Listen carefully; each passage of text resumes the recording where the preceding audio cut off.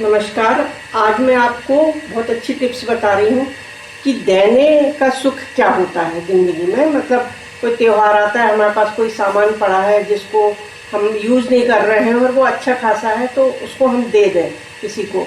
तो देना सिर्फ त्यौहार में मिठाई नहीं होती कि एक मिठाई का डिब्बा दे दिया और सामने वाला खुश हो गया।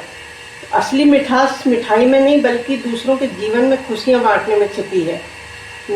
वही देने का सुख जब दिलों को रोशन करता है तो मिठाई और भी अर्थपूर्ण बन जाती है। क्यों जरूरी है किसी को कुछ देना? जब हम दूसरों को कुछ देते हैं तो दरअसल वह चीज़ सिर्फ उनके घर तक नहीं जाती बल्कि रिश्तों में गर्माहट होती है। हमारे भीतर भी एक गर्माहट छोड़ देती है। हमें भी खुशी मिलती है कि हमने किसी को कुछ दिया और उसके घर वो यूज़ हो रही है वो चीज़ें जिसके पास कुछ है नहीं है। आम लोगों की ज़िंदगी में चाहे बहुत बड़ा वैभव क्यों ना हो, लेकिन देने का दिल बहुत बड़ा होना चाहिए।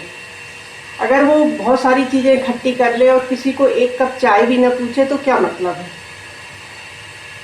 यही दिल हमारे रिश्तों को रोशन करता है। इस दिवाली घर की सजावट के साथ साथ अपने मन को भी सजाइए और जो हमारे पास जो चीज़ें पड़ी हैं, जो गरीब लोग हैं, जो कपड़े हम नहीं पहन रहे हैं या कोई चीज़ बर्तन है तो उनको दे दें। वो सिर्फ दिवाली सिर्फ तेल और बाती से नहीं जलते हैं, वे दूसरों की आंखों में चमक और मुस्कान से भी जगमगाते हैं।